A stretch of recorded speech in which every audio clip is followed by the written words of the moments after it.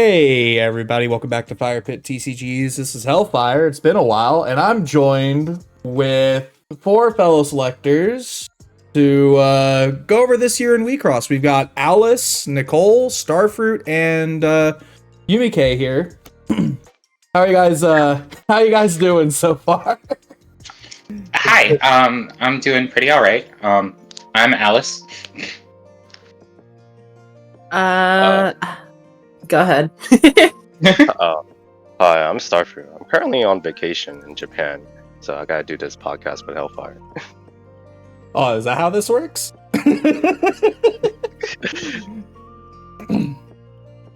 I'm Nicole. I don't even know how to play this game. Yep.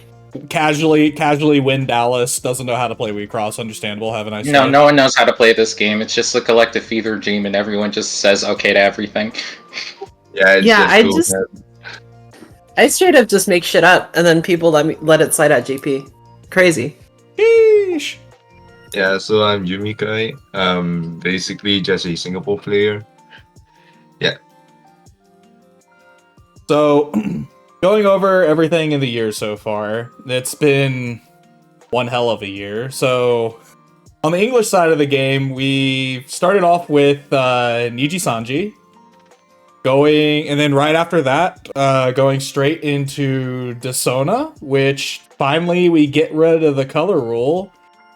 And then surely this is everybody's favorite set that's listening in and here, right? P13. I hate I love 13. I love P13. I never love want this to format see. so much. I never want to see a fucking hedonym ever again. God. This format is fine. There are like no bad. There are no bad formats in this game, but this is definitely like one of my least favorites. I love this format. This format's great. One I don't know what these guys viable are talking about. archetype. My favorite. Oh wow, so fun. Absolutely. Firecracker every deck. So fun. Well, we all have differing opinions, and we could share them all when we talk more about this set. Yeah. I mean, Ragmore on this set. Mm. So after that, my favorite set, totally don't have a max 30 deck that I've only played 3 times. P14 with Denonbu, and we finished out the year on the English side of the game with Blue Archive. I love Alicesavior. No, I don't. Oh brother. Oh goodness. Oh brother. I love Blue Archive. Dude. I don't even play Blue Archive. Yeah, me too. Like actually, I used to play it and then I stopped because I got quit gotchas. Thank God. Oh, how lucky. I know, right? Funny enough, I also do not play this. at least funny enough though, like out of all these sets, like 3 of them were like, I guess, major format warping, but it's only probably because we had at least more we only had like GPs during those 3 sets, so that's probably why it felt a little more format warping. And speaking of those GPs, so on the English side of the game, tournament wise, we had the Florida, which was a CPO1. Our top 4 was Madoka, Sash, Miloon, and Umar in that. Vegas 2, the fever dream of a set with a fever dream of a GP, because a lot of stuff went wrong that weekend in the world. Nanashi leading it out with Miko, another Nanashi, and Anj following behind. And then the wrap out the year for the English side of the game in tournaments, Dallas, where Sleeper Fest, Azusa and Nanashi. But literally, like, if anybody has seen the top 4 placements, it's literally like, or like I think TT posted the brackets. Where you can see it's just like, it's Azusa in top 8, it's like Azusa Mir, Nanashi Mir. I'm going to say like Blue Archive Mir, because that Mew deck was literally just Blue Archive with Mew center. And Blue Archive Teehee. Blue Archive Smile. It was 2 Nanashi mirrors in top 8. Yeah, 2 Nanashi Mirs in top 8, and then divided it out into top 4 at least, and then back to Mirs in the finals and bronzies. Yeah, top 4 was Azusa versus Nanashi twice. My lord. I thought P13 was a sleeper top 8. Yeah, but At least guess there's who won? skill My expression deck. in this fucking set. So, JP side of the game, started out the year with the last Diva set. And by last Diva, I mean last team set of the team sets. Before Takara Tomy decided to hit us with a 10th anniversary, and I called it. I so called it before they posted this that we were going to go back. Well, before this whole 10th anniversary promo restriction, before it even came out, kind of thing. Because Mayuki is not a fair and balanced card. I went over this in another video. If they let this loose, like, this would have been great, and I'm kind of glad that they didn't, because dear God, I would not want to play against Rill. Because I love when my opponent goes. She was almost Auto good. win. She was almost good. Almost good, yeah. Auto win if your opponent says any number other than 0, and even then they still probably lose. Looking at her playability during, like, WiXoss history, I'd say that's fair. Yeah, she was super playable in Key 01. After that, smile. Anyways, I so called this. We went back to arts after the 10th anniversary with Recollect Selector. Recollect Selector followed up by Loth Selector. Look, Hooray! just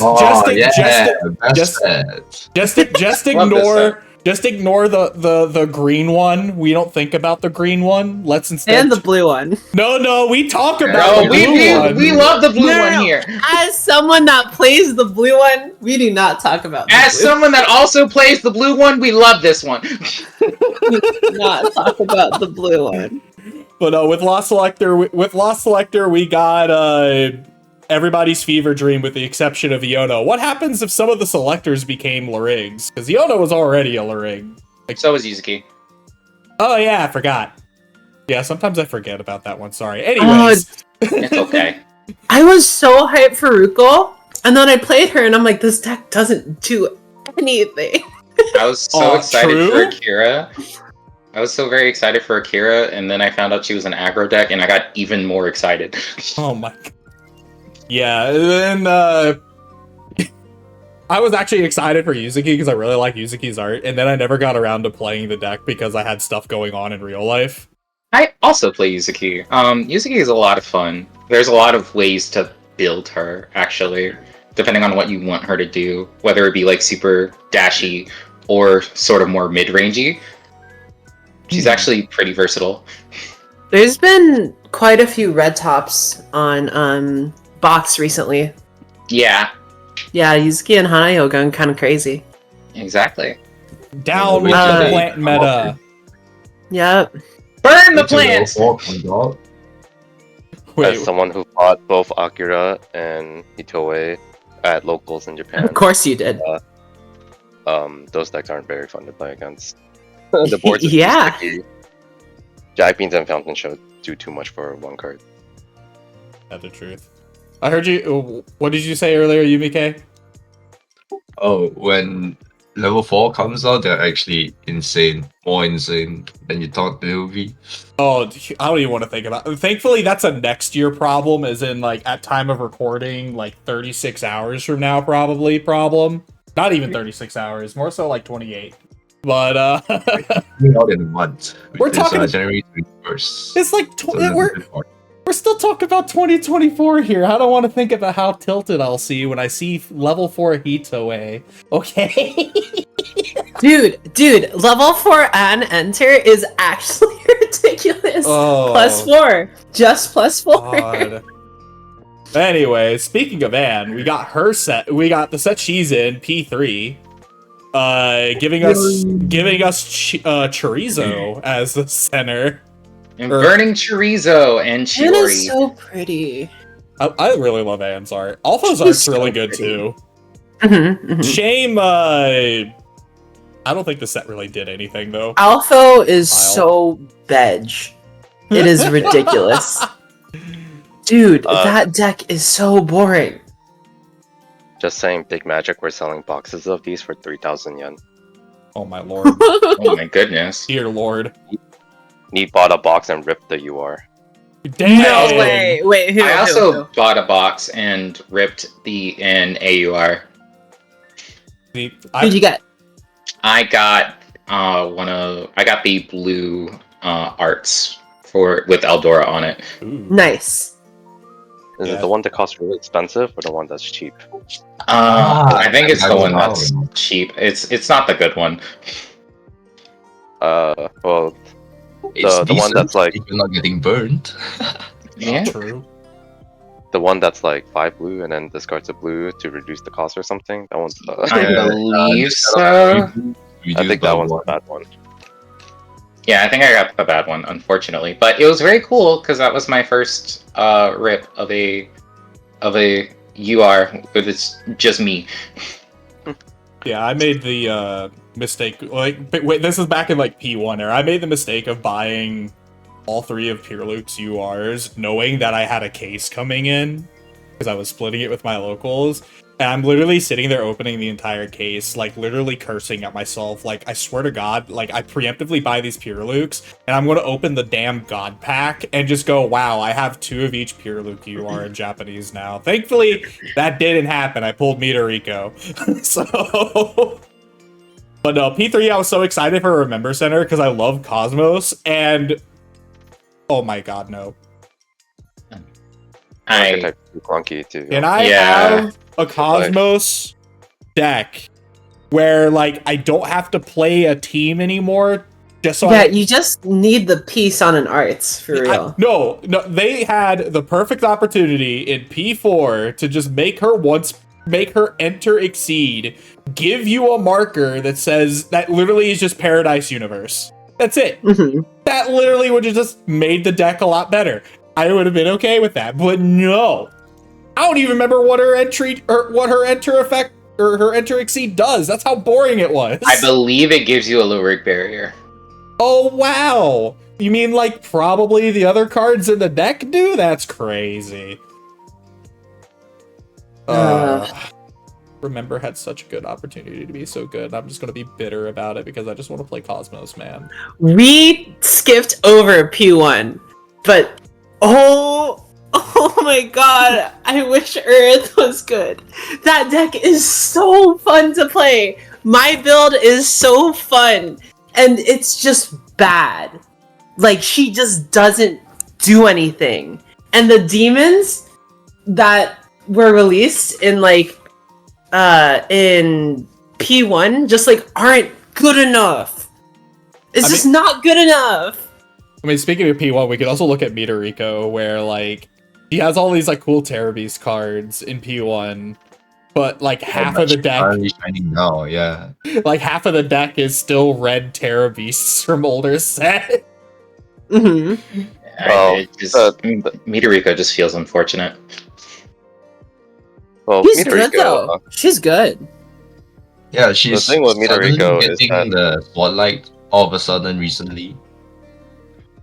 the thing with Midoriko is that like all the therapies she played were already, they all saw play back in like Diva era. Like Tengu was seen in X, Mm-hmm. Osagi was seen in Mhm. like random green decks that were able to fulfill the condition.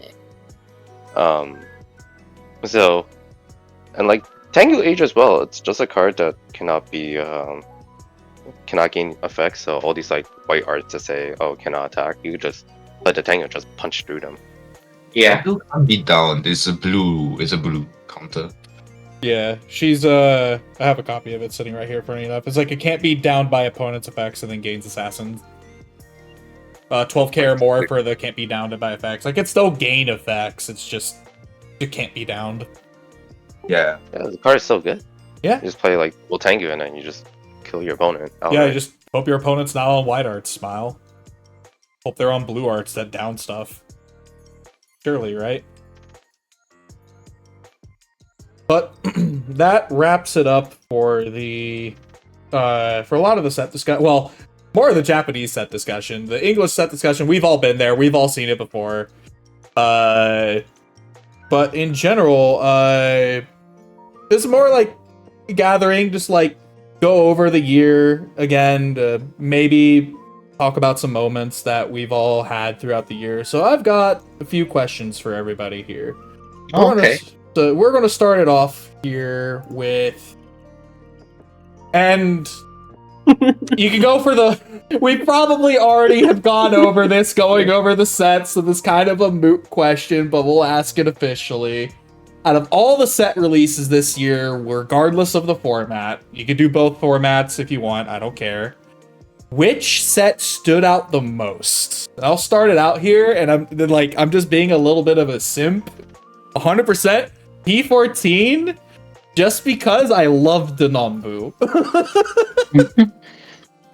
I would have maxed the deck out if I didn't.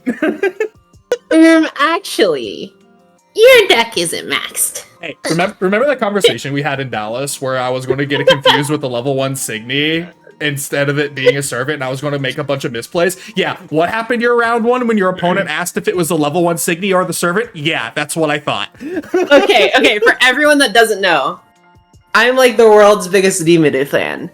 So I got the foil Demonu servants from the pre-release that are like pretty rare, just because like it was one per local that got it. And Hellfire here keeps saying that his deck is maxed, but he doesn't have the foil Demonu servants like I do. So I went up to him and I was teasing him about it. And my round 1 at GP, my opponent goes, "Oh, is that a servant?" And I was like, "Yeah." And he was like, "Oh, I thought it was the is it the level 1 girl?" Yeah, and I was like, "Yeah." Yeah. I literally told her, like, to me, the deck is maxed because it's pulled out of a booster in that sense. Like, there's two, like, you can argue, yeah, sure, I don't have the fancy promo, it's not technically maxed, but my deck is maxed with what I can get out of a booster. Because technically, you could argue my Ultra Superheroes isn't maxed out from that, because it's the LRP and not the GP promo. But I literally like, the two reasons I didn't chase for those servants is, 1, I didn't want to pay the price for them. 2, exactly what she just said. I would get them confused between the two. Even though they're two separate arts, I'm stupid. I see character, I go, oh, this level 1 Denombu Signy, 8k. Play. Wait, hold on. Why does it say 1k? Ah, crap. What about the rest of you? What set stood out the most for y'all? I actually have 2 different answers for JP and English for me personally. So let's start with the negative and end on a positive. The in English, the one that stood out for me the least probably would have been Denombu, the Denombu set actually. And the reason why I say this is because I really only feel like one of those decks from that set were really able to compete and were really, represented amongst a lot of things. There were some stragglers, some people were trying to make Alos work. I know that for sure. There are some people trying to make the other centers work, like Yumikae as well. That was a big one. But I really feel like only one of those decks really stood out, and that was the Akino center with Denombu. So for me personally, it stood out the least because it kind of just felt like you were getting it for that one set. And then on the JP side of things, I'm gonna have to say it's WX24P1 for me. Because while the introduction of art was cool, I feel like especially with everything that we have right now, it really felt like sort of a stepping stone set, and it feels kind of awkward to play with such limited centers that you're able to realistically use. there are some that you can sort of make a little cheeky deck with, right? But to me, it just kind of feels like if you're not playing one of the 5 centers, really 3 centers that came out of P1, then there's not really much for you to do, and that feels very unfortunate. So that's my negatives. Sets that stood out for me, P13 is definitely something that stood out to me the most, because from the sort of games that I grew up playing, card game wise, I'm not unfamiliar with like sort of a bunch of decks being samey in terms of main deck, but I feel like the versatility comes in the Lyric deck. And if you're not playing the same center, you really don't have the same assists across all of Dissona, and especially Dissona centers, which is something I really enjoy. You can get very experimental. You can stick with stuff like Mel and a one-stop like Madoka, or you could get very creative and it still works. One of the decks that I made during P13, it works fairly well and is kind of scary, and it doesn't follow the sort of normal structure that would be seen later on in later sets like Blue Archive and stuff like that. Speaking of Blue Archive, I think... Oh, no, I'm talking about JP now. Excuse me. So for JP side, I think P2 WX24 really stood out in my mind.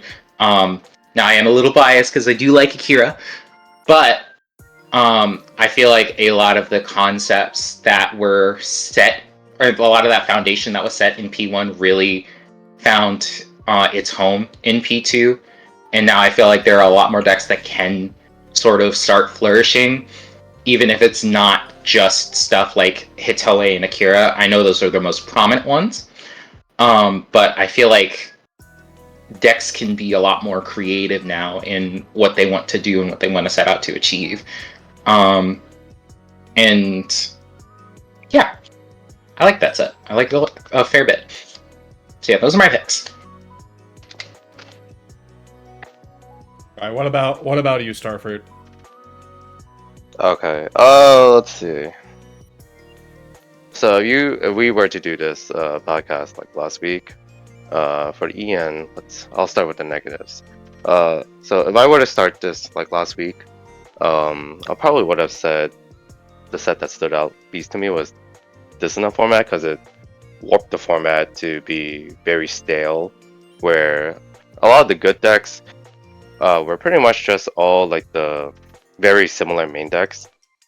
WiXoss is oftentimes a deck building game, and Dissonant kind of power cupped the format to the point where the best cards were just within the 2 sets, whereas before, like something like Florida set, it was Florida GP, it was like P1 all the way up to CP01. So you had like 12 sets to work with, whereas here you had like the 2 sets, and then you had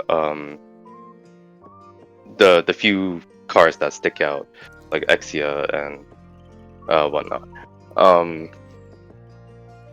But after being in Japan and talking with like a few other people, I'm convinced that P13 is not as bad as I make it out to be.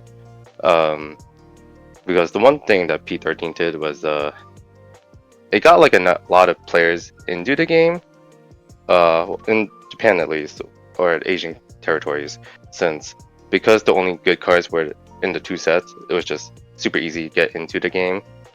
And plus, a lot of how do I say this? A lot of the archetypes are just like really straightforward, so it just makes the learning curve a lot easier. So my current set that sticks the least out, I'll probably have to agree with P14. Sorry, Hellfire. It's fine. I've accepted at this point. Yeah, because well, like I don't really like P13 and some of the cards that introduced to the format. One of them being like Mayu and Unrest. They did warp the format to the point where like they were very impactful. The set sold really well due to how strong the cards were. Um, so whereas something like P14, even though it was like a healthy addition to the format, a lot of cards were just like decent to where generic decks can run them, and introduce a lot of like really strong pieces such as Chaos. Um, the only like real impactful thing was just Chaos. Um, the Nombu, and then maybe Yuzuki and Alos to bring back like Mono Red and Atoms into the format. But overall, didn't like it. Just made like old decks like just slightly better, and then didn't really like push the format to like to the extreme that P13 did. The set I really do like is Blue Archive. Of course.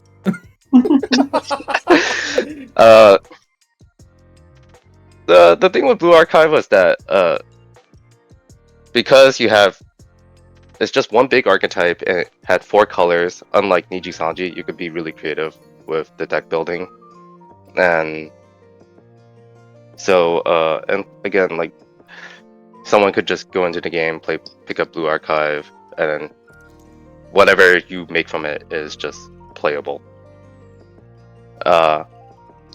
Plus, before like Blue Archive, the archetypes were just like fully comprised of Disana, maybe a Denombu, maybe Alos Atoms, but Blue Archive brought another archetype into the meta and was something strong enough to fight Disana and keep up with everything. I really like that. I think for the JP side, the set that didn't stick out, well, obviously the set that didn't stick out to me was P3. Didn't really like introduce much to the format. It feels like what P1 is. It's like the set before P4, so it's just a stepping stone. Like, oh, here are the level 3s, and then we're just gonna introduce the level 4s right after, and then it's just preparing the 4th set because now the third set's lyrics like Anne and Remember are finally getting their team signals. So it does feel like an incomplete set almost. Right. Oh, yeah. And then definitely the one that stuck out the most was definitely the most powerful set, set 2. You had Akira, and then you had Iono. Well, not Iono. Sorry. Hitoe. Iono was playable for like the first 2 weeks, and then people realized it's not as good as everyone thinks it is. But Hitoe, Akira just warped the format to the point where those 2 decks are so oppressive. They do a lot of damage, and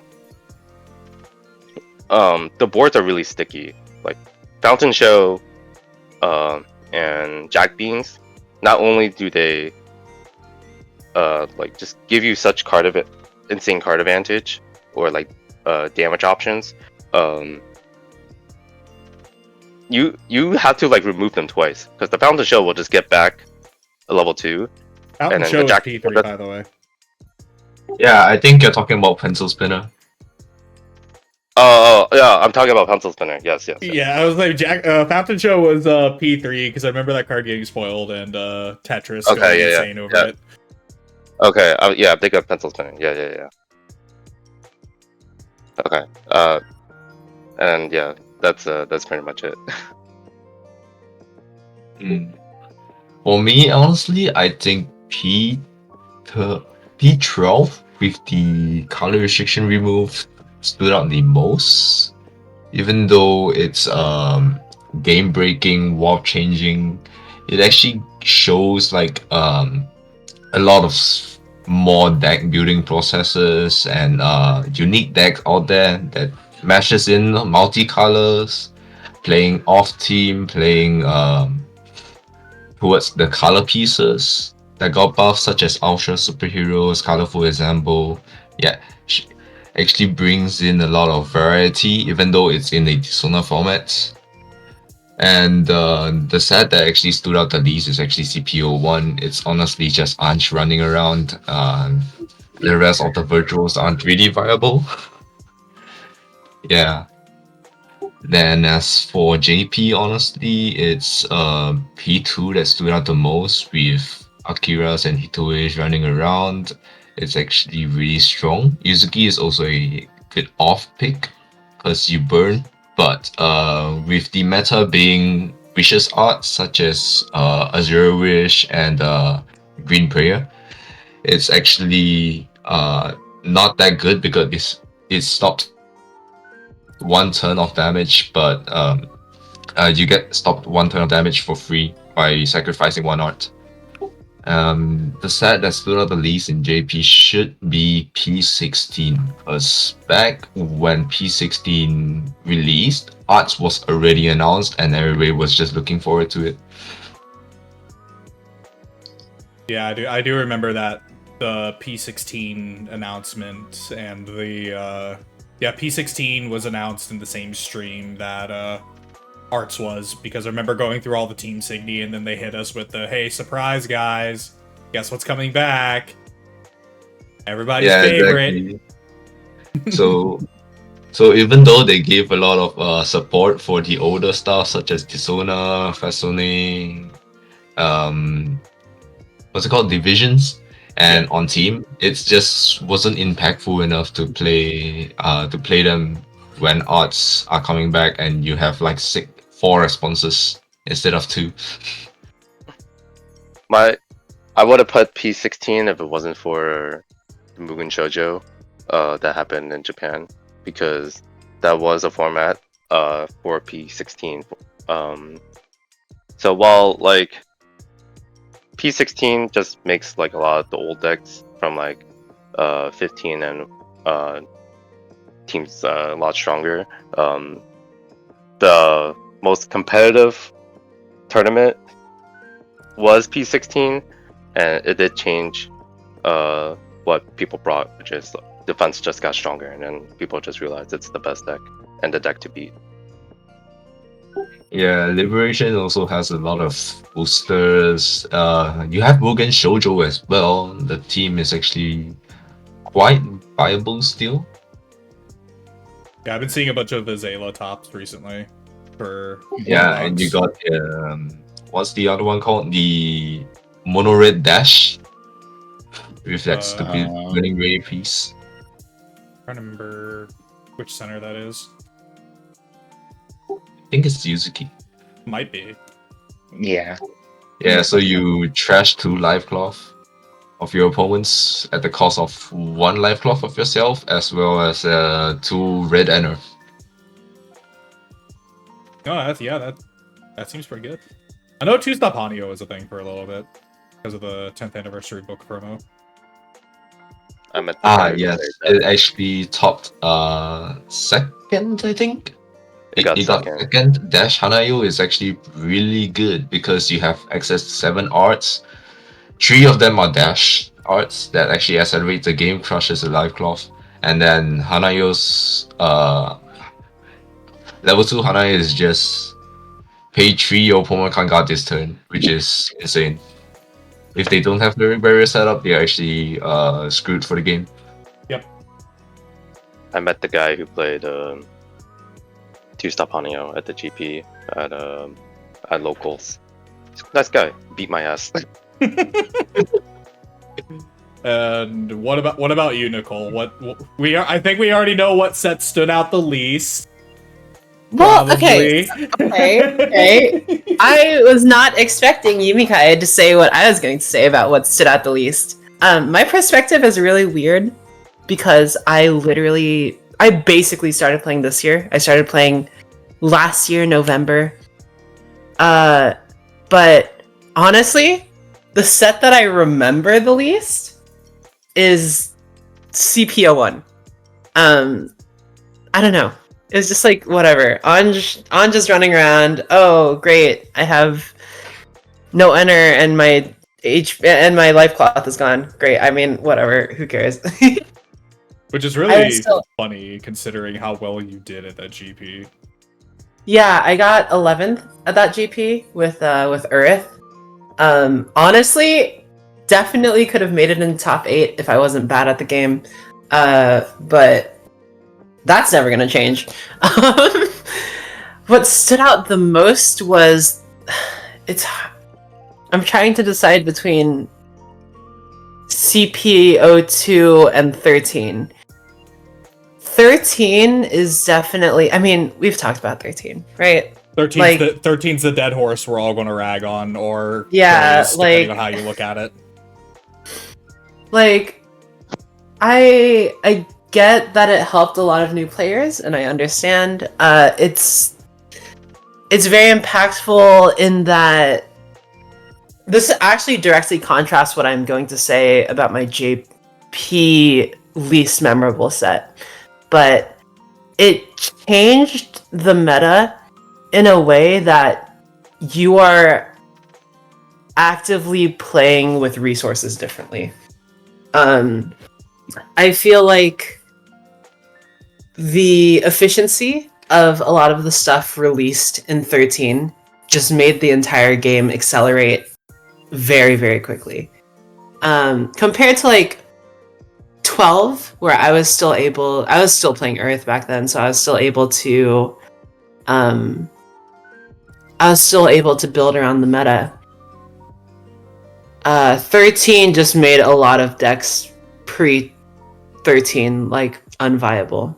It actually made my friend quit the game. He literally hasn't come back. He's planning on coming back when 15 comes out, but like, while there is the side of 13 and Dissona format as a whole like helped a lot of new players, it also alienated older like players that were playing before. I don't really want to say that he's an older player because he started when I did, but yeah, there's that. The reason I say that I like CPO2 is that at this point we have like a lot of different archetypes so at this new power level, and they all play like pretty differently. 13 and 14 are all just different flavors of aggro. When it comes to like the strong decks, obviously you can argue Alos, right? You can argue Yuki, but whatever. Those decks aren't going super crazy. CPO2 introduced a slow deck. Yippee, mid-range. You can choose what you want to do, and I really enjoyed that. I think that play style is something that I'm good at, and it's why I ended up winning the GP. Because, like, I don't know. I just feel like I'm not that good at aggro. Even though I feel like it's pretty straightforward. Moving on to JP. This is going to directly contradict what I said about P13. I think the set that stood out the set that stood out the most wasn't P2. I think that P1 stood out the most because it introduced, like, it was completely format warping, and P2 was just the natural escalation of that power creep. I don't think P2 does anything differently than P1 that anyone like wasn't expecting. It just seems like, oh yeah, this is just what happens when you make it stronger. But P1 and P2 play out together, like P12 and P13, like 12 and 13, where it's like, here's like kind of a set, and then here's the rest of it. But the format warping was in P1, in my opinion, while when it comes to 24, while in EN it was in P13. I can see counter arguments for it, but that's just what I believe. No, I agree. Oh, go ahead. No, yeah. I agree with the format warping, because like the thing with arts is like with assists, you have to, depending on what your assists are, you have to either burn both or you have to go one at a time. Meanwhile, arts can just go, oh, I want to draw 3 cards and now I have 8 limit. and I still have all these responses where your limit is tied to assists in teams. So like that is 100% like a format warping thing. I agree with you there. Least memorable set, P3. Nothing else needs to be said. I mean, all the decks that I'm interested in it are boring or bad. Yeah, whatever. Let's move on. Yeah, that's right. I don't remember if I went over like the sets. Like I know I said P14 was like my set release that stood out the most, but realistically, like it's if I'm going to give a real answer, not the I spent $3,000 on a fucking deck kind of answer. Honestly, like for the English side of the game, the set that stood out the most was P12, just because it got rid of the color rule. I was kind of hoping when it got announced because we were in, I want to say, because we're roughly a year behind JP releases. Like if earlier when we went over that, the only set that wasn't there was P15 because we have that next year. So I think around the time we had Florida GP is when they announced, or not Florida, Vegas 1 GP is when they announced a color restriction removal. I kind of was hoping that they would just, like, say screw it and port it over to English a bit to give us a bit of, like, a fresh meta for the next 3 sets until we got to Dishona. But, well, that didn't happen. But it definitely was, like, something I really enjoyed.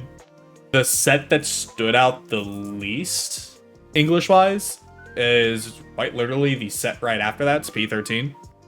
Because, like, yeah, sure, it made things easier for people to get in, but we all know I like looking at the data stuff, and I see the top 10 cards are in at least over like the top 10 cards in both decks are in over half of the decks. It's boring.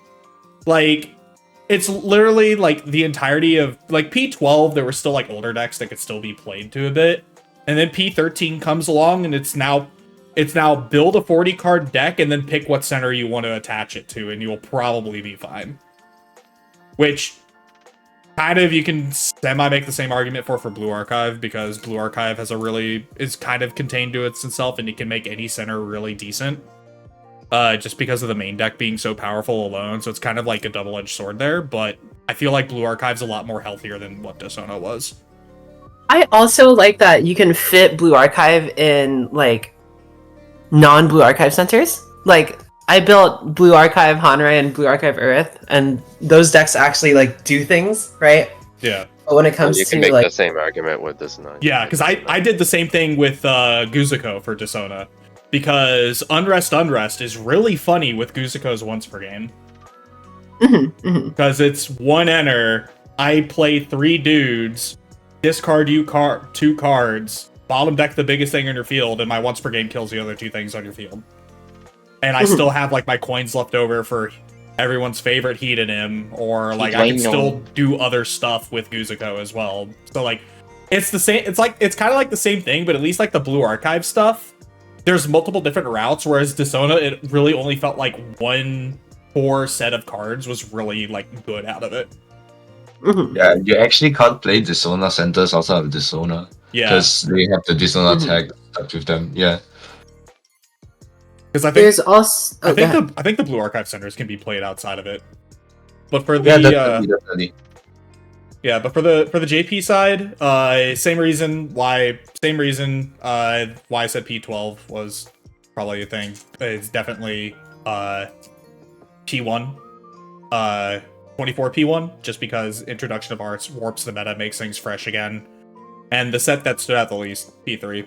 I don't remember like what half of the cards do in there. I have them. I read the spoilers, and I'm just like, man, none of this stuff feels like any good to play. Which it's probably the same case as like, oh, here's P1, it's semi-incomplete. Here's P2, it completes as a whole.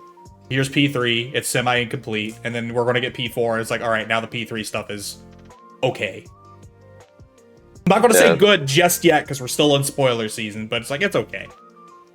This one would be a lot different had the P3 centers got their team Signy now, because their decks just feel so much weaker than everything else.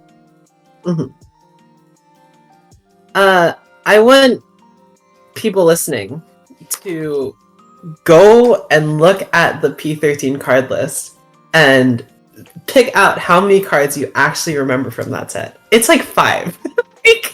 like there are so many P13 cards that just don't do anything. P03. P13 is P13 is a good set. Yeah. I still could only remember like 2 cards in P13. I can remember a fair bit of cards. I remember Love It, and I remember Correct. Pyrrhic. Correct. Everything There's else Love was It. probably from P12. Love It, Piru, P13. Nanashi, Hedonym, Unrest. Unrest, and Yeah, Unrest. that's maybe Carcharo. Whoa! Yeah, Carcharo if you're playing Nanashi. Does anyone use like deep freeze? No. I saw one list actually using Pure Loop with Deep Freeze to just freeze the board every turn. Great. Interesting, I don't know. actually. I don't know what you guys are talking about. I can remember a lot of cards in P3. I can remember a lot of P13 cards. Yeah, P13. Yeah, I'll give the list like right now. Hell's Gate. Unrest, Instigate, Mayu, Pure Luck. I remember people trying to play Remember. Yeah, a lot of Not people a were trying to G. play Remember. Save is a big one. Mm-hmm. Save is great. I feel like with no matter every single center, you're going to remember the partner Signy, because you're going to have like, Yes, I there's the do ones love that I can- Apex. Like, I'm just gonna.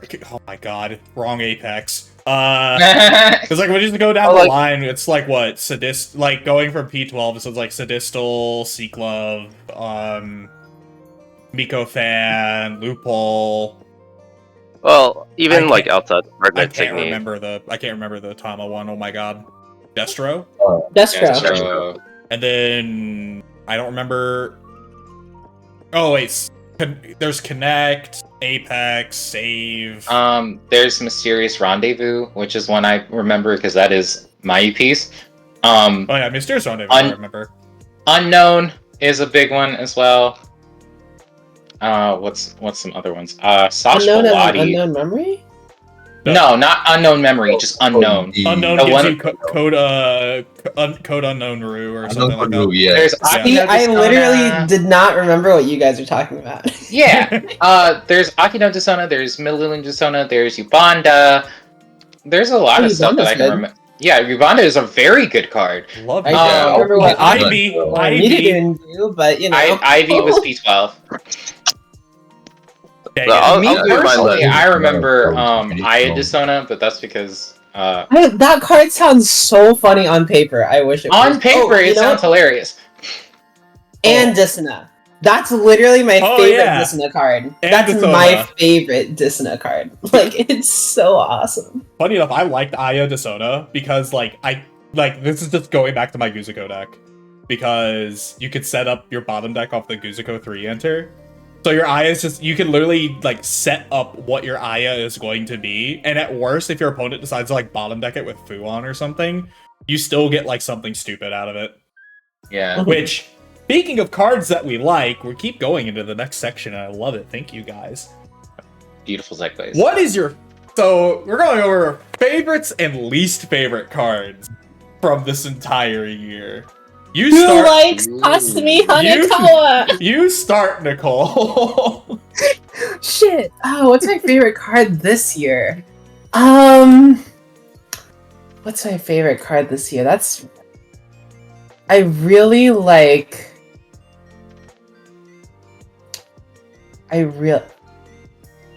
No, that's lame. I'm not gonna say Hasumi. I'm not gonna say Hasumi. Oh my god. Hasumi is lame. No. What's awesome? You know, we're sticking with Andisana. I love that card. That card's awesome. It's it just prevents resource denial. It's just really fucking annoying to get rid of unless you're running some weird shit that your opponent can't predict or your opponent's not good enough to predict it. You just toss it into like, I don't even think it's Dissona locked if I remember correctly. Like you can just run it and shit. It's awesome. It's one Yeah, of the no, cards that are very generic. You play in 24 yen. Yeah. Yeah, it's That like card? it's like one of two cards that I remember being super generic. The other one being Pale Lobby. Least favorite card? Alright, I'm not gonna explain why. I'm sure someone else will. I hate Hedonym. I hate Hedonym. I It can does. explain it. Okay, It I wrote does. essays on that card. What? I wrote essays on that card. I could explain it for you. Alright, Raymond, it's up to you. Anyway, it does way too much. It like fits on discard. I'm not gonna explain. Go next person. It's the only partner Signy that's 12k. Oh, okay, wait, no, I actually have a story about that. This was when I think 13 either like hadn't dropped yet or like just dropped. So I was playing in an online tournament and I didn't remember that she was 12k. So, and my opponent was playing with proxies, so I couldn't really see. I thought she was 10k, and so I was playing Piru. I did Signal, and my opponent was like, "That doesn't kill. That doesn't vanish Hedonym." I was like, "What?" And they're like, "Oh yeah, it doesn't." And I literally did Piru OPG that turn. I just targeted something else because I thought Hedonym was 10k. And I lost the game because of that. I was so angry. Oh my god. It's heartbreaking. I hate that card. Anyway, next. Go ahead. I believe that'll be you, Yumikae. Oh, yeah. My favorite card is most probably Chigusa, honestly. Oh man, I love you guys Chigusa. remember what that is? Chigusa is basically as long as you have when your lyric attacks, if you have 3 virtuals on the field, you could pay 2. You don't need to down anything, and then you just restand your lyric. It's just virtual Kome. Yeah, it's not really considered virtual Kome because Kome can like have the triple swing king. But the thing about Chigusa is that you could attack with all 3 of your Signies. And if you don't get bursted or whatsoever and you still have 3 Signies on board, it's just extra damage already. Least favorite card? Yeah, Hedonym. Fuck Hedonym. Fuck Hedonym. You know, I got a funny story about Chigusa. I played Orange in Florida and I got 5th with it. All 7 rounds and top cut, I never resolved the Chigusa double swing. Yeah. that's the funny part. It's just but Chigusa is always like a funny card because when everyone's prepared for it, everyone runs 1 removal assist to deal with it. But then like when virtual falls down to tier 2, Chigusa just becomes a bigger threat because people start getting greedy with their assists, like Mel plus dub, and that none of it like interacts with Chigusa boards. Yep. Mm-hmm. So the card is very cool in that sort of mind game dynamic. Okay. Can I go next? I want. Yep, you're Go ahead. You're next. Okay. So I complained about 3 people worth. So I'll talk about the least favorite card first. Hedonym. I wrote like fucking essays on this shit. One being like it's a 12k, and whereas every other partner Signy is 10k. So you always run into the awkward issue where other people's partner Signies can never run over the Hedonym just because it's just slightly weaker. The way this game is that oftentimes like the level 3s will fall in one. If they have like a really good effect, they become 10k. If they have a really good effect and then they're 12k, they just make them like even like just way better. Because keep in mind in that format, Signal was a card, so even if your opponent plays like Pico Fan or something like Destro or whatever, you can still auto with just playing on Signal and then just like running over. Hedonym, you cannot do that. Like what happened with Nicole. The second thing is that coins are a uninteractable resource. If anyone plays Magic and knows about energy, coins are pretty much just like energy. While you're playing like control decks, you could go you could like restrict hand, you could restrict energy, you can never interact with coins, and that makes it so Nanashi technically has like a second OPG, where you just straight up kill something for free, for no cost. And all the effects on Hedonym are like, they're like fine. Like pay 1 black to get something back, mill your opponent 4 cards, and then pay 5 coins to like kill something. But all of that tacked on top of a 12k power Signy makes the card do absurd amounts of like, it's like very versatile on what it could do. And if Hedonym wasn't restricted to just Nanashi, that card would still see play. It's just like it's now restricted to Dissonant Nanashi, and Dissonant Nanashi is not a good deck in JP meta. But had it been generic, it would still see tons of play, and you could still see it too with Flower Stand. It's just green Hedonym, but it's 10k. It gets something back. It generates a card, but still like it still follows the same thing as Hedonym, where you could top deck it against control decks. It's a plus. It gets you extra Signy on the board. It generates something to start a battle phase. It doesn't have the coin kill, but those 2 effects alone are still make the card good. And that's like the TLDR of Hedonym. I would say my most favorite card, I think it'll be Bang Dissonant. I really like that card. It's really annoying playing against like all these like dumb wall decks. Because before, like when everyone played Exia, you had to play Yuki, and then it was before P12. Everyone had to play. You had to play blue to play Ultra Superhero. You had to play white because you need to play Yuki to beat their Exia, and Exia was the best card in the format, so you played Exia yourself. You play black just to fulfill the last color on Ultra Superhero, and all the black stuff were just super efficient removal, more efficient than red even. So, but Bang introduced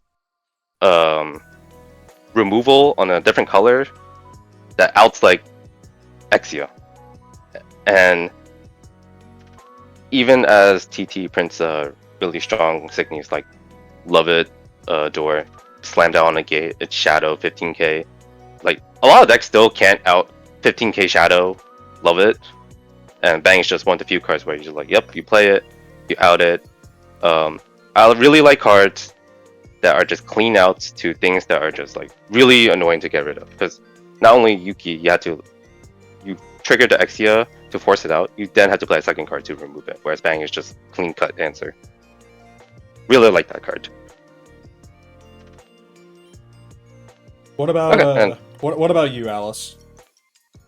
So I'm starting to notice a trend that my answers are consistently quite different from the rest of my peers. He likes Hedonym, we know it. No, I'm not going to say Hedonym. There will be no God. mention of that lady named Hedonym on either side, actually. So my least favorite card from this year, EN side, 100% in my mind, is Chaos Fate. Particularly, it's Chaos's trash lockdown effect, on top of milling 10. I find that very annoying to get around. And I feel like it forces you to play the game very differently. For anticipation of a piece that your opponent may not even have. Because while there are certain trends in certain decks, it's never guaranteed that someone is going to be playing that piece, even though there are a lot of signs that they probably are / should. And I just don't like that you have to play so differently just to account for the fact that your opponent might have Chaos. It feels like such an unfun card to interact with. On the receiving end, particularly. And I have a soft spot for Ush, and I feel like that card just kind of replaced Ush.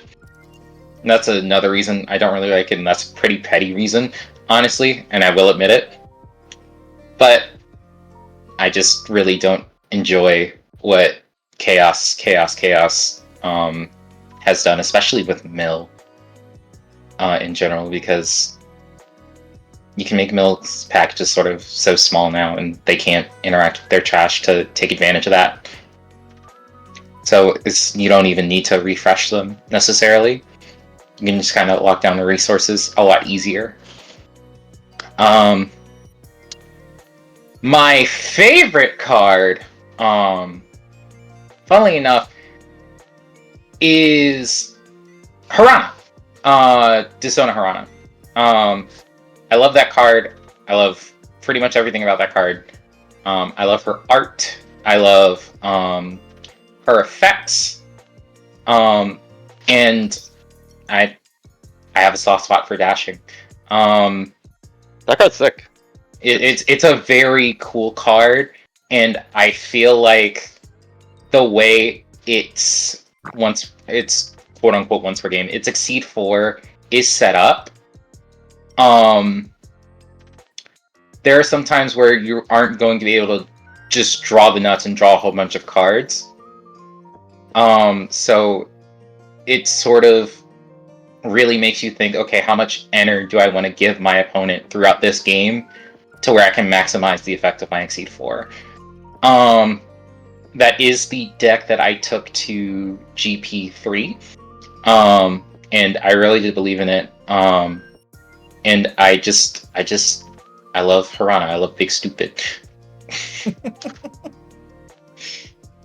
So on my end, I'll do the least favorite card first.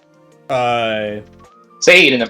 It's not Hedonym, actually. Thank Wow. gosh. It's not Hedonym. She's close. She's very close to my least favorite card. It's, pardon my French, fucking Jack Beans. Oh, wait, can we do another go around with Sure. I said I said everything that released this year. I wasn't just saying English only here. I forgot. Jack Beans. Because, like, when Jack Beans first came out, and I am traumatized by it still, I am literally playing, I'm literally just playing Pure Luke. My opponent doesn't have any hand. Right? Jack Beans doesn't care if I don't have hand. There goes my entire field. You draw Jack Beans, you win. I hate Jack Beans. So true. I made a Twitter post saying I hate Jack Beans in Japanese, and then like I think 10 people from Japan liked it. I was like, yes, I'm not the only one. My favorite card this year, though, I guess if we're going to do another pass around, I'll find an English card as I'm going through my favorite, like, both cards, I guess, because I can't think of an English card that I hate most right now. On the English side of the game, my favorite card, sorry, Alice, it's actually Chaos. I mean, hey, that's fine. Right? So, I have a saying when it comes to card games. Fun is a finite resource, and I want all of it. All of it. Chaos lets me do that. There is a limited amount of fun within this game state, and I wish to control all of it. Exactly. And on the JP side of the game, it's kind of a 2-card combo, but the one card that makes it really tick is Update. It is a 2-cost spell in P1 that gives a Signio on my field, on attack, vanish target Signio on my opponent's field unless they discard 2 cards. When I'm playing Pure Luke, they already don't have a hand. So if you tack that on, this lovely card called Chandelier, I remember Chandelier way back when the game started. Chandelier just says, if you have a spell in your trash, she gets 3k, and when she vanishes something, dot, or comma, whatever, it goes to trash instead. It doesn't care how she vanishes. She just needs to vanish. So you stack updates on Chandelier, you swing with Chandelier, and wow, their entire field gets trashed. So much fun! I love it! And I figured out my least favorite English card. Emergence. Oh. Specifically the burst of Emergence. Yeah. Because I love when I open 3 and my opponent hits an Emergence burst and they pull out Firecracker in one lane and kill the other one. Fuck my life. But that happens with Kagamecha too. You go Kagamecha revive Musica and then you stop 2 with that. Happens to everyone. Yeah, And but that burst Kagamecha is existed a before. lot. It's a lot less common, right? You see Kagamecha and Nanashi, right? But not like you see Emergence in like every deck. I like Emergence. That's a hot take, but I like your hot takes. I like Emergence because it was like a I like Emergence because it's a card that you could draw that always like super flexible against this card. You could just pull anything from your ender, and against like non-resource harass decks, you just like, oh, it's just a free charge one. I'm gonna say my 2 cents about Chaos. I think I really enjoy how, like, we've talked about how that card is like very like, oh, I get to win, right? Because I get to shut down your game plan. But I like the mind game that you play when you know your opponent has Chaos, because it's like, oh, I have to. When you know you do your salvage stuff, like your big salvage piece, let's say Gehenna in this case, right? You do Gehenna early, and before your opponent really like feels like they won to Chaos you, and then your opponent's like, oh shoot, I didn't play it early enough to stop that, and in that case, it becomes like a game of chicken. Who's gonna play it first, right? Mm-hmm. It's either your opponent plays Chaos first too early, and you don't even need to salvage that turn, and you just use it the turn after, or the salvage player has to play their salvage at a suboptimal turn. And I think that's it makes that part of the game a lot more interesting than it used to be. Nah, I hate that part of the game. See, Really? I really like it. It was always fun playing against Chaos decks with Denonbu because it's just like, I felt like a lot of times I was playing against the Chaos decks, it's like, okay, I already have a big enough lead, I'm just going to use my tuning up first. So that way, like, we're going to extend this lead and make Chaos extremely useless. So, the thing is that against the Nombu is like okay because the matches are longer. But when you're playing Chaos Mirrors, it's basically whoever goes first because you just Chaos and turn off their opponent's Chaos, and then you can just get tons of tempo from that. I also play like too much Yu-Gi-Oh, and I hate floodgate effects. That's true. There's like the one card that's like relevant that hits floodgates, and I'm just like, I don't like that aspect of the game. So, if it didn't have the floodgate effect, I think it'll be a really cool card. The card is still cool, but I just wish that part wasn't tacked on to the mill, because the mill was already so strong because you just deck them out. Or if you don't deck it out, you're just like, have fun. Did we actually want to do another pass around for all the Japanese cards that people probably dislike? Just real quick lightning round. Just real quick. I'll quick lightning round. All right, real quick lightning round. Okay, card I like, Fountain Show. I think the card's really cool. Unlike Jack Beans, it just gives you cards and it doesn't like open 3 for free. While still having like strong, it still makes your board like decently strong. I think women cancels that. No, I like Fountain Show. I really like Fountain the Show card. is really cool. Open. Card I like the least. Can't think of one on top of my head. I think all the cards are like fine. I don't particularly hate any of them. I guess like, oh, actually no, I hate Jack Beans. Fuck that card. I played defense and I went like 1, 2, 3, and then they just paid 6 enter, and I was just like, okay, goodbye. Cards that like remove based on level rather than power is like so annoying to me, because like, what's the point of having big power? Because power is not an offensive thing; it's a defensive thing. Okay, me next. Card I really like. 24 Earth, not TD, but in the set. That card is super fun. The mechanic is super fun. I wish it was a little better, but that's not because of that card. It's because of the demon pool, and with how the state of the game is right now, Black just doesn't do enough to compete with either the insane hand denial that Blue has, or like the huge walls that Green. Oh, actually, no, that's why Earth is. Never mind. Black just doesn't do enough right now because everything else, besides White, really, everything else does like something else in addition to like doing damage. But Black just doesn't really. Maybe the mill comes up sometimes, but currently not really. Anyway, Earth, very fun. Card I dislike the most, just by principle. I fucking hate Flower Sand. It's Green hated him. For people that don't know what Flower Sand does, it's like it basically charges you. It undercharges you, but also like you play something from your enter, so you can do Flower Stand, target something else, right? And then if you have less than 4 enter start of AP, each of the Flower Stands will charge you 1, so you didn't fucking lose any resource anyway. I hate that card. Oh my lord. Jeez. Alright, who's next? Did everyone else go? Yeah, still need you and Yumikae. Yumikae, you next? Yeah.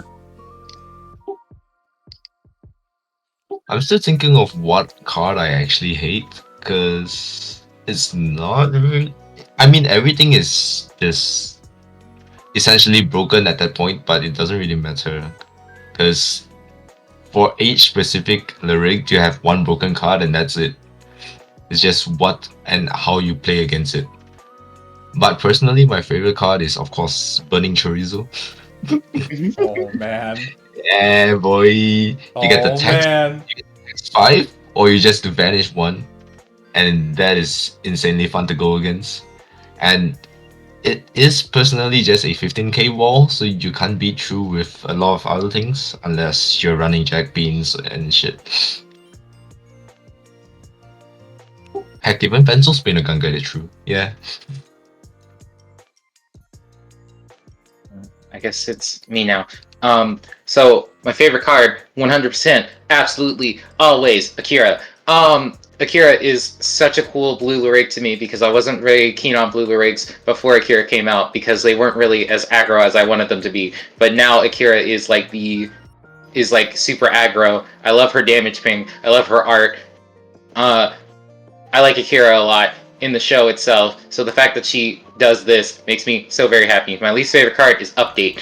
I don't like how I feel like Update single-handedly made Pure Luke boring. Wow! Understandable, have a nice day. If I'm being so honest, I feel like the deck, it's not Pure Luke, it is Update featuring Pure Luke. I love Update. Actually true.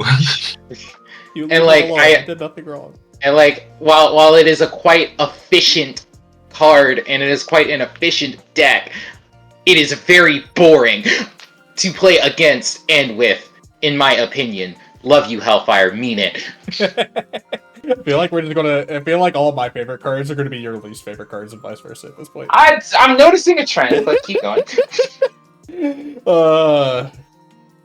Quick shout out to Namakozu because I think the card is very interesting and also wish that were me. That is nuts. Okay. So, last round of questions I have for you guys, and actually a little bit of surprise for those listening in. I have a few people guesting or guest showing later on after we answer these questions. So what is one of your favorite moments of the year, and what are you looking forward to into the next year? We'll just go down the line. Start with you, Alice. Oh, what's my favorite moment from this year? What I'm looking forward to next year? So my favorite moment was at GP3. And I guess it's a collection of moments, quote unquote, but it is forever immortalized above my dad.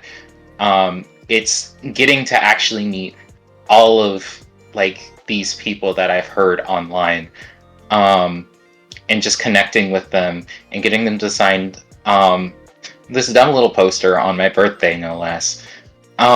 It was just such a treat to finally just be out and be able to meet up with everyone, despite what happened, right? People like y'all and everyone that I met are the reason that I do this, that I love card games so much, and why I have such a passion for it, why I have such a fire for it.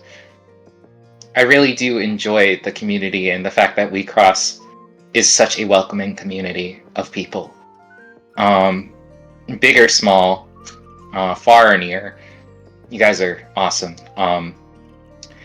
The thing I'm looking forward to next year is the fact that I'm getting Rill and Akira in English. We already have Rill in English. What do you mean? No, Liberation Drill. Oh, yeah, that one. No! No. Oh, yeah, the one that does anything at all. Yes, the one that does something. It's not a lot of something, but it does something. But I am so very excited. I've been looking forward to those ever since they were spoiled. And I can't wait to we cross it up this coming 2025. So probably my favorite moment of this year. I guess this is more like recency bias because there has been a lot like going on this year. Is probably seeing a good majority of my friends like throughout all of the GPs, and just like hanging out with them and a lot of that. Like being a judge, like I don't have fond memories of playing because like I don't play that often, aside from like my local friends and stuff that when we play occasionally in like the online match. So I don't have like good tournament memories in playing, but like seeing everybody throughout the community has like always been a highlight for every single GP. And even meeting new faces and all of that stuff. And even if it's like receiving feedback on WiXoss in person instead of somebody telling me online, like it really is like heartwarming. So like those are definitely my favorite moments of the year. And what I'm looking forward to next year is, well, I'm looking forward to it. My wallet is not, is rebuying all of these Pirlo QRs in English when P1 drops, because oh baby, I need it. I need it. You just reminded me. Honorable mention. Favorite moment is both playing with and holding a question mark and a UR at the same time. Oh yeah, mine. Yes, thank you. It's funny because I let in Vegas GP I let Nicole borrow the same two cards. Yep. Oh, and you beat me with those cards! Oh! I sure did. Yeah, I do remember that. It was like round 6 or something, or something, something near there. I was 6 or 7, beating you by maybe 5. It's like, yeah, I have all these shiny cardboards, and I'm not kidding when I tell people online, like, I will let people use them, just don't steal them, please. Like, I'll let people use them. I even said I'd let somebody use my whole max rarity Denonbu deck if they were playing the same list. Alright, so you're next, Nicole. What's your moments? Okay, it's probably what everyone was expecting, but not the reason why. My favorite moment was winning GP. Like, winning That's GP4. crazy. Wow. No, but it's Who would have thought? It's not because of like, oh wow, I love winning. No, it's actually, as I've said earlier, this year has basically been my first year playing this game. Well, just barely over 1 year when I was going to GP. And the person that took me from I don't know how to play this game at all to winning GP was my good friend, my good friend Tetris, Alex.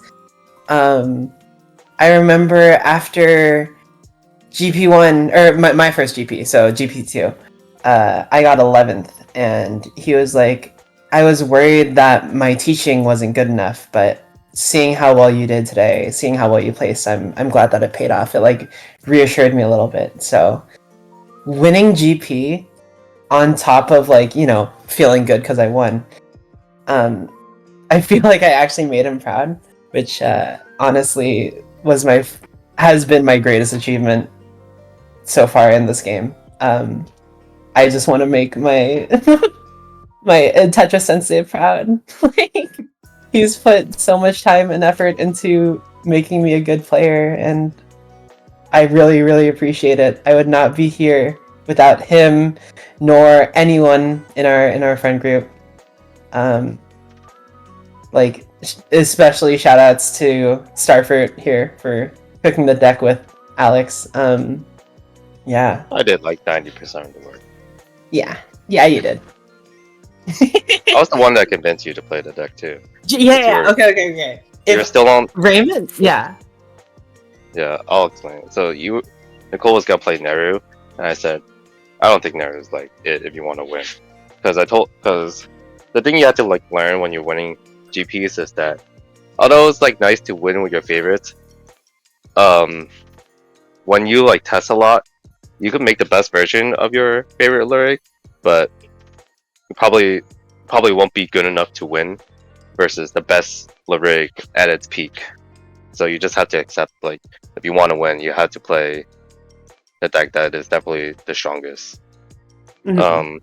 And that's I beat you up with Oz enough times to where it really convinced you, and then it convinced Fatigue, and then it convinced Scop, and all of them did really well. Yeah. I love seeing the same list 4 times when I'm doing data crunching because it makes Yeah. it so much easier. Yay! I was talking about that in a different community. Oh. In a different community. I was talking about in the Melty community earlier today, and someone was like, "Is there a meta crisis going on in that game? There's no way 4 of you took the same 52 card pile and then got like top 16." And I'm like, I don't really think there is. It's literally just skill diff. Like, we are all very strong players, and like, Nah, I suck. I didn't top 8. shut up. I think that there's also just like a lot of decks that are also relevant, right? Like you have the Nombu, you have Piru, you have, you know, Nanashi, of course. Neat will say Hanayo. The thing with the Azusa deck was that it was built to beat Nanashi, and then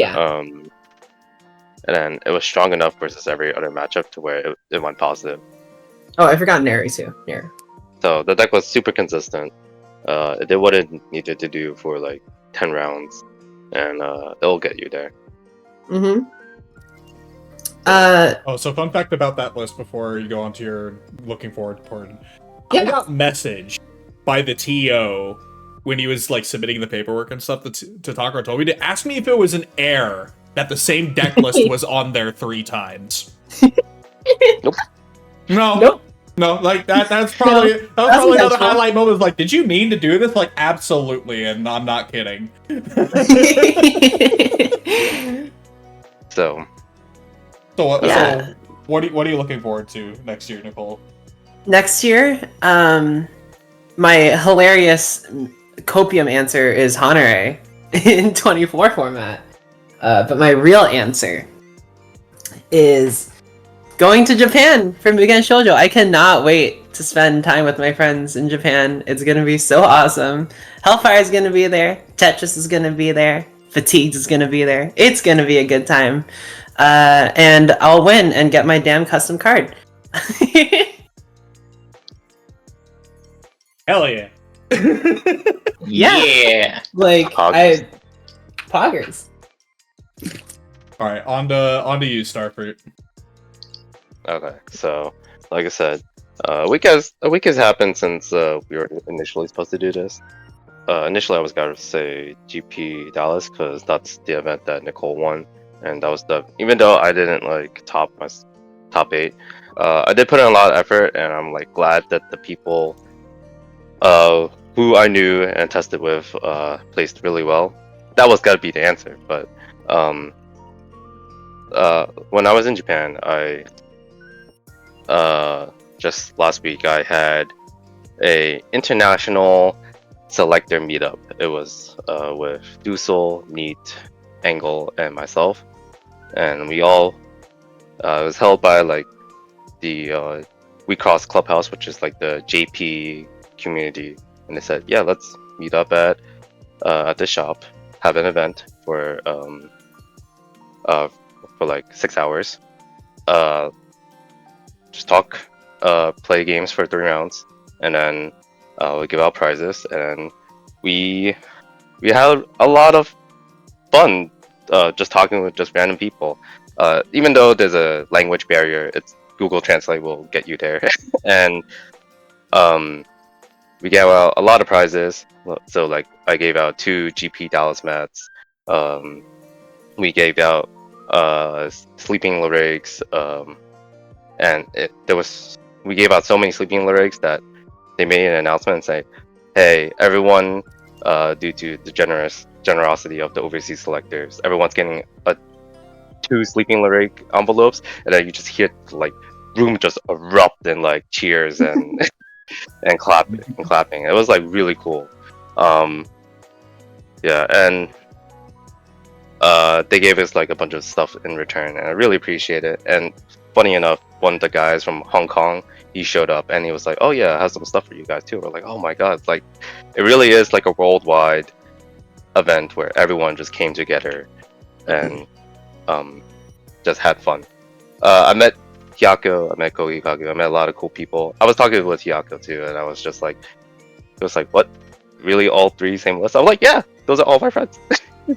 We all played the same list, and he was like, that's like crazy that all you guys played the same list, and like 3 of them like got top 8 because they couldn't even believe it too. It was like crazy seeing their reactions.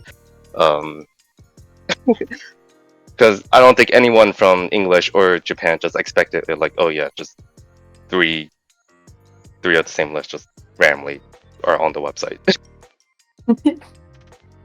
Yeah. I'm jealous, so I'm hoping we can do something like that in March. Same. Yeah. Well, Same. it was overall just really great event. I played against the owner of WeCrossbox, very charismatic guy. He was playing Ura for virtuals, and he was like, okay, Japanese game, and I was like, he wanted to use the virtual that mills your opponent 3, and it does something extra if you hit the correct total. And I was like, bro, we're playing WeCross, not Pachinko. Yeah. And then I played against Itoe, got destroyed. I played against someone playing Liberator Eldor round 3. I grew lock him to 2, and he still beat my ass. I'm like, okay, like literally you're just better than me. But I also played against Asaka Akane. If anyone knows that name, he's one of the Mugen Shoujo qualifiers. And he was the guy that got second with the Dash Hanyo 2-stop. And then he beat my ass too. And I was like, I don't care about blues, I'm just having fun. What are you looking forward to for next year? Oh right, next year. I'll do one for EN and JP. So EN, I'm looking forward to I want to say like P15, P16 meta. I think that meta is pretty fun. The thing I'm also looking forward to for JP is Blue Archive 2. Man, I have my Blue Archive playset in JP. I'm like, oh my god, time to play more Blue Archive. I love Blue Archive. I love Alicesaviors. Great. Other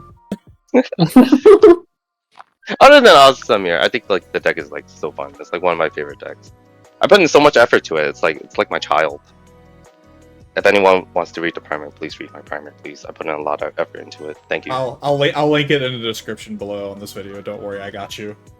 There's also my video with the sis line where I say I think we basically just say the same shit.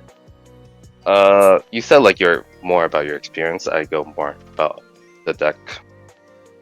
That's true. That's true. So they're like different takes on it. Both of them are good reason watches. Mm-hmm.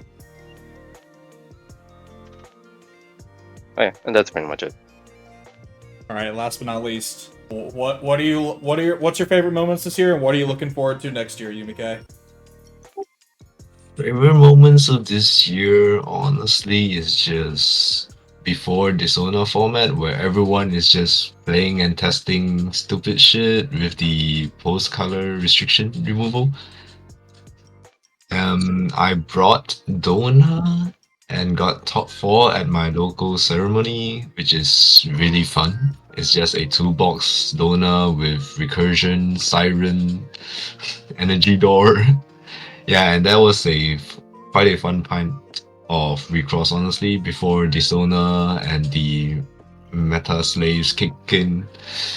What I'm actually looking forward to next year is actually playing Utus with Tawil. That's gonna be one of the fun moments as well as Blue Archive 2, which got announced recently.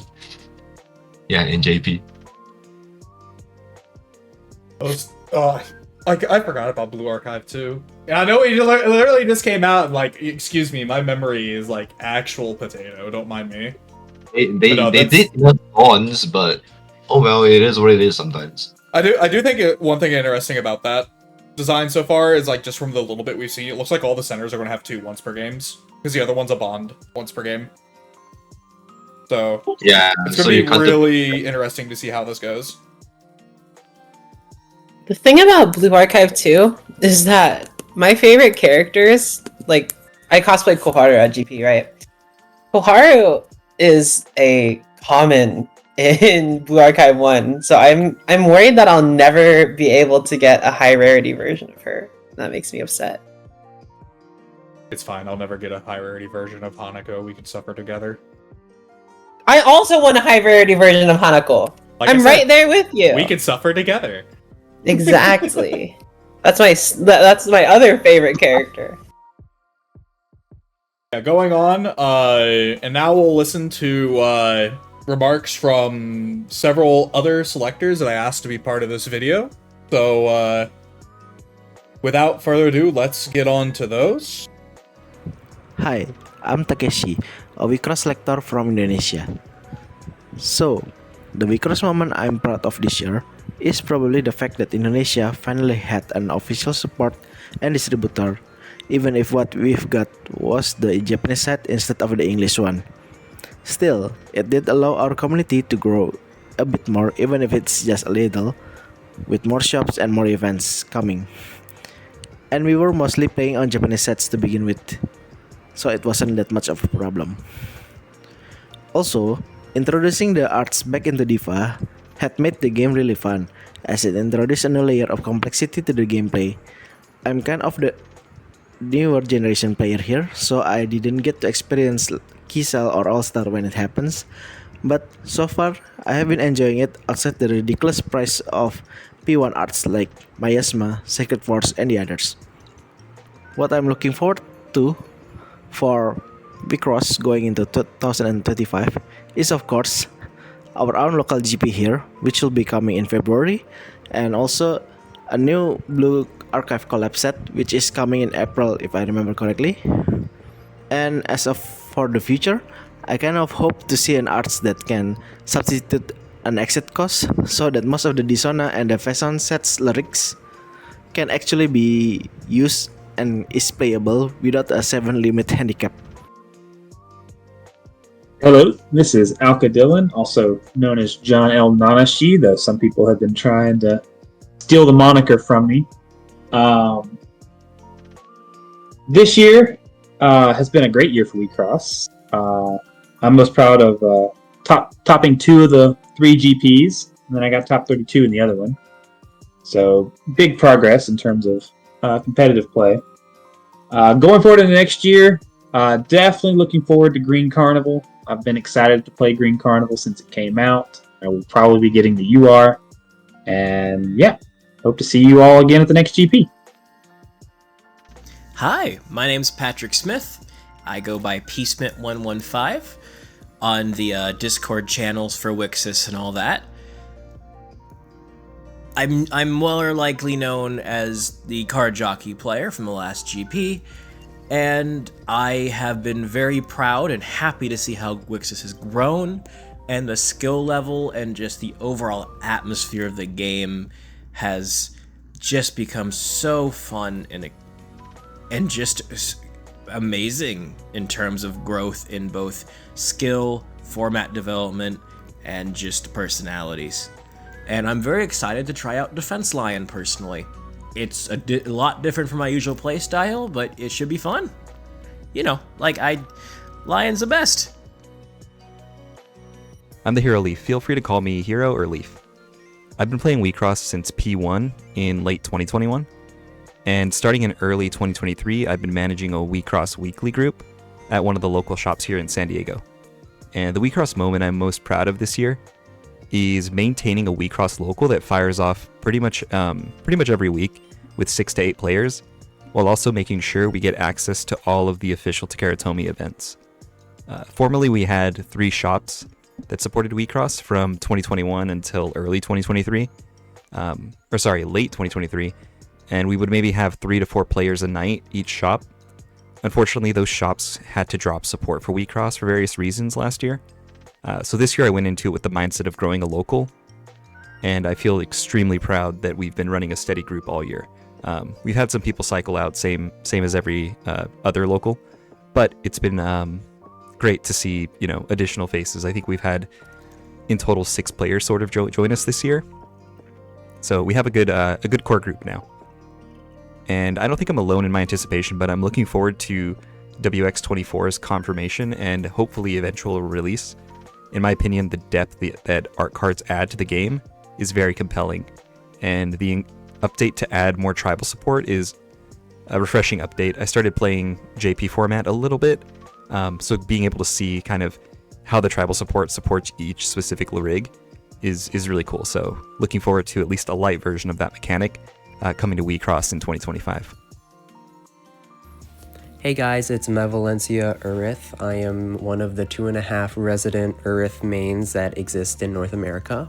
Looking back in 2024, one of my favorite things was just meeting a lot of the community, going to the Grand Prixes, and just learning and growing with everyone else. It's a fun game to play, and the community has made it everything for me.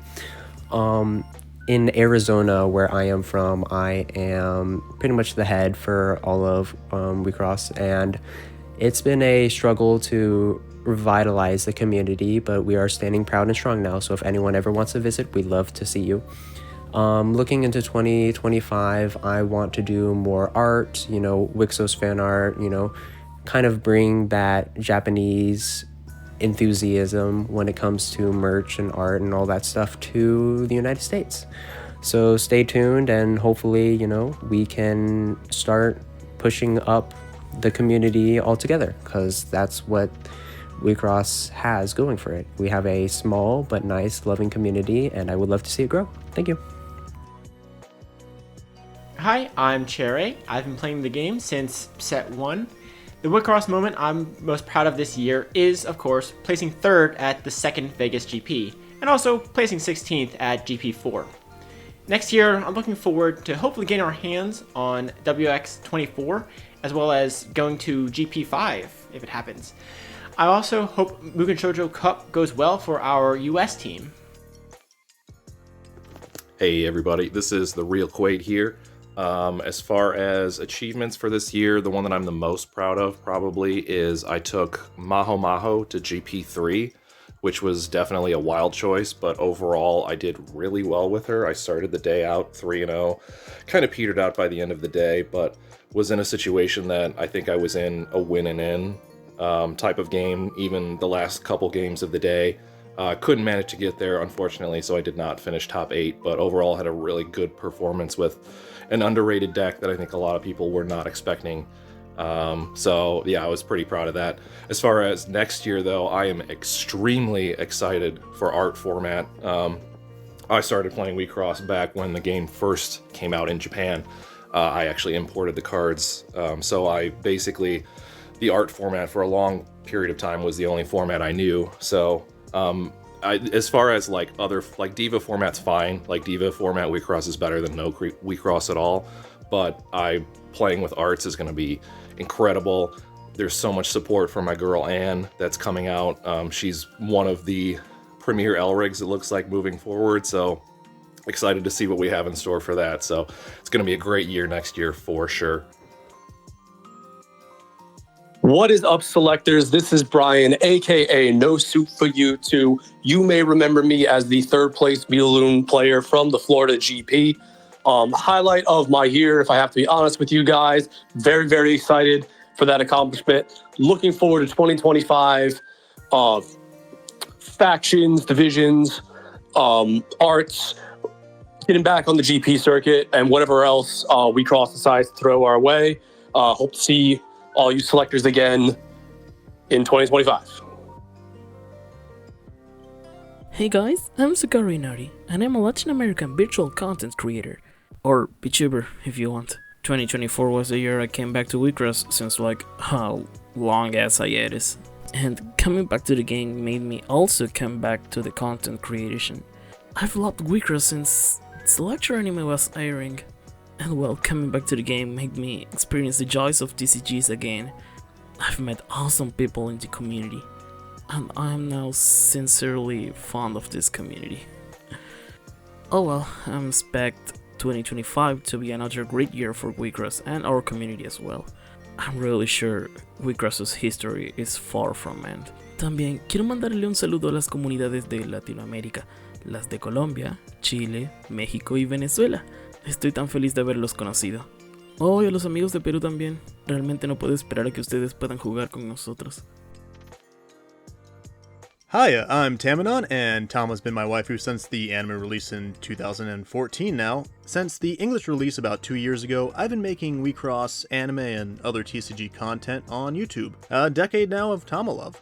2024 has been one Wix of a year, with multiple GPs, 2 of which I made vlogs out of. I really enjoy meeting all my fellow selectors and getting to chat.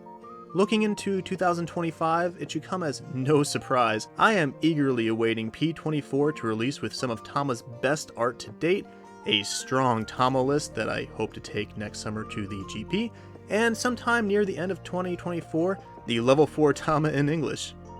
Thanks to everybody who submitted these voice clips in, and it's really nice to hear everything that everybody else is proud of, because everybody has their own moments, everybody has with what's going on with the year. And with that, we'll close out the video here. Do you guys have any last words for any of the listeners at home? Yeah, I got some. Thank you for listening to my opinions, even though my opinions kind of suck.